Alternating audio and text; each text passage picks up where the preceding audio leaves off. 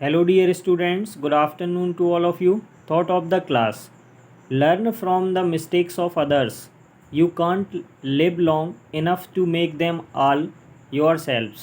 It means हमें दूसरों की गलतियों से सीखना चाहिए क्योंकि हमारा जीवन जो है इतना लंबा नहीं है कि हम कोई भी कार्य को खुद करें और फिर उससे सीखें। आज की हमारी क्लास का मोटो है, खुद की पहचान चाहिए तो अकेले चलना पड़ेगा, है ना। क्यों? क्योंकि भीड़ जो है हमें सहारा तो देती है लेकिन हमारी पहचान छीन लेती है। इसलिए अपने प्रगति के पथ पर जो आप करना चाहते हैं उस पर निरंतर अकेले ही आगे बढ़ते रहें, किसी के सहारे की उम्मीद ना करें। चलिए बढ़ते हैं आज हमारी क्लास की ओर। आज हम डिस्कस करने वाले हैं शुड। ठीक है, शुड का मीन्स क्या होता है हमारा? चाहिए। ठीक है, अब देखिए, लेकिन चाहिए अकेला सिंपल अर्थ निकलेगा तो हम शुड का यूज कर लेंगे, लेकिन यदि साथ में क्या निकलता है, था भी आ जाता है। जैसे मैं बोलूँ आपको पढ़ना चाहिए तो इस सेंटेंस में शुड लग जाएगा। लेकिन अगर मैं ऐसा बोलूँ आपको पढ़ना चाहिए था, मतलब कि था भी लगा दिया है ना, तो अब शुड की सेकंड फॉर्म कुछ होती नहीं है कि अपन भैया वो यूज कर लेंगे, तो शुड के साथ में हैव लग जाएगा, जो इस था का सेंस के लिए हम कह सकते कि यूज हुआ है। ठीक है, तो शुड हैव हो जाएगा। अब देखिए एग्ज़ाम्पल देख लेते हैं। एग्ज़ाम्पल को स्टार्ट करने से पहले मैं आपको एक बात रिमेंबर करवा दूं। जब मैंने आपको मॉडल वर्ब पढ़ाना स्टार्ट किया था, है ना, तब मैंने बताया था कि आप इनकी 6 केस में प्रैक्टिस कर सकते हैं। लेकिन मैं जो आपको प्रैक्टिस करवाऊँगा वो मैंने बोला था आपको कि मैं मोस्ट कॉमन सेंटेंसेस लूँगा इधर, है ना, जो हमारे जनरली कन्वर्सेशन में ज़्यादातर यूज होते हैं। मैं उन्हीं सेंटेंसेस को यहाँ एग्ज़ाम्पल के तौर पर रख रहा हूँ, है ना। तो आप स्वयं से सेल्फ प्रैक्टिस कीजिए सेंटेंस की। फिर भी यदि नहीं बनता है कोई सेंटेंस से, कोई समस्या जाती है, तो आप मुझे कमेंट सेक्शन में कमेंट करें, मैं उसको रिप्लाई कर दूंगा आपको, है ना, पर्सनल मैसेज रिप्लाई कर दूंगा। चलिए देख लेते हैं एग्ज़ाम्पल हमारा। तुम्हें ऐसा नहीं कहना चाहिए। ठीक है, तो तुम्हें के लिए आ गया यू। ठीक है, चाहिए के लिए लग गया शुड। ठीक है, फिर नहीं के लिए लग गया नॉट। ठीक है, तो शुडंट कहने के लिए हो गया से, और ऐसे के लिए हो गया सो। यू शुडंट से सो। क्लियर। अगला एग्जाम्पल देख लेते हैं। लोगों को निकल जाना चाहिए, था नहीं लग रहा है ना, तो हैव नहीं लगेगा। People should leave. फिर अगला है तुम्हें वहाँ जाना चाहिए, है ना, इतना होता तो हैव नहीं लगता, लेकिन था भी है तो हैव लग गया। You should have gone there. ठीक है, अगला देख लेते हैं। ज़िंदगी आसान होनी चाहिए थी पर नहीं थी, है ना, तो life should have been easy but it is wasn't, है ना। मतलब ये क्या हो गया, क्वेश्चन टैग का केस बन गया। ठीक है, ग्रामर आपने पढ़ी होगी, और यदि नहीं पढ़ी है तो मैं क्वेश्चन टैग पढ़ाऊँगा आपको अभी बाद में, है ना। तो ये क्वेश्चन टैग का केस हो गया। जैसे हम लोग बोलते हैं ना, क्वेश्चन टैग मतलब क्या होता है ये समझ लो थोड़ा सा। हम लोग जैसे बोलते क्या, कोई भी सेंटेंस बोला, मैंने बोला आप बहुत अच्छा पढ़ते हैं, आप बहुत अच्छा पढ़ते हैं, ये सेंटेंस बोला। फिर लास्ट में मैंने बोल दिया, है ना, आप बहुत अच्छा पढ़ते है ना, ऐसे बोल देते ना हम बात करते करते। तो जो है ना लगा, मतलब वो हमने आपसे क्वेश्चन कर लिया कि मैं सही बोल रहा हूँ कि नहीं, है ना, इस टाइप से। आप तो बहुत होशियार हो ना, ऐसे कह देते ना हम। तो ये वाले जो सेंटेंस होते हैं वो क्वेश्चन टैग के अंतर्गत आते हैं। ठीक है, इनको भी हम डिस्कस करेंगे। तो ये जो पीछे लास्ट में आपको दिख रहा है ये क्वेश्चन टैग ही बन गया। ठीक है, अगला एग्जाम्पल देख लेते हैं। तुम्हें मुझे याद दिलाना चाहिए था, चाहिए था तो शुड हैव। ठीक है, और हैव के साथ में थर्ड फॉर्म लगा दी यहाँ पे, you should have remind me, reminded me. Clear. अगला एग्जाम्पल देख लेते हैं। तुम्हें कम से कम शादी में तो जाना चाहिए था। फिर से वही, चाहिए था तो शुड हैव। ठीक है, अगर नॉट आता है इसमें तो इन दोनों के बीच में यूज होता है, याद रखना। ठीक है, you should have at least attended the marriage. Clear.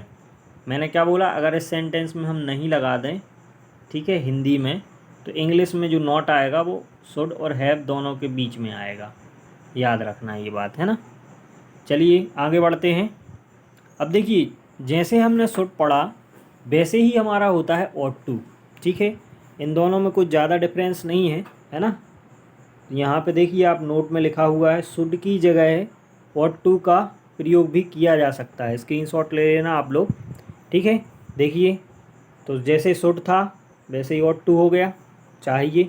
अब शुड हैव था तो यहाँ पे क्या हो गया ought to हैव, और इस चाहिए के साथ में था जुड़ गया एक्स्ट्रा, है ना। मैंने बताया था ना हैव था के सेंस में लगा दिए।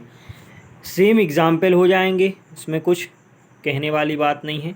ठीक है, सेम टू सेम एग्जाम्पल हो जाएंगे, इसमें कुछ चेंजेस नहीं होगा आपका। देख लेते हैं एग्जाम्पल हमारा।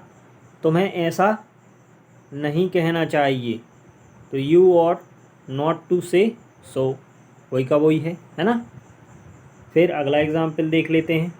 लोगों को निकल जाना चाहिए था, है ना, कुछ नहीं किया है, केवल शुड हैव की जगह पे क्या लगा दिया ought to have। हमने लास्ट में जो एग्जाम्पल डिस्कस किए सेम ही है ना। चलिए अगली स्लाइड पे चलते हैं। अब है हमारा मस्ट। देखिए शुड का मतलब भी चाहिए, ought to का मतलब भी चाहिए और मस्ट का मतलब भी चाहिए। अब यहाँ पे डिफरेंस क्या है थोड़ा सा याद रखना आप। शुड और ought to ये तो सेम ही हो गए, लेकिन मस्ट में क्या होता है, जब कोई भी कार्य हमारे लिए मोस्ट कंपलसरी हो, कहने का मतलब अब हमें करना ही है, कुछ भी हो जाए करना ही है। कहने का मतलब क्या हो गया हमारा ज़रूरी, कोई भी काम अत्यंत ज़रूरी है ना, तो हमारा वहाँ पे लगेगा मस्ट। ठीक है, चाहिए के अर्थ में, है ना। जैसे आपको दवा टाइम पर लेनी चाहिए, अब ये तो बहुत ही ज़्यादा ज़रूरी है भैया, दवा टाइम पर नहीं लोगे यदि आप तो ठीक नहीं हो पाओगे, है ना। तो इसलिए दवा टाइम पर लेना चाहिए, तो इसलिए क्या हो जाएगा मस्ट, है ना। अब देखिए था लगेगा तो क्या हो जाएगा हैव लग जाएगा, मस्ट हैव तो था हो जाएगा। क्लियर, इसमें तो कोई डाउट होना ही नहीं चाहिए आप लोगों को।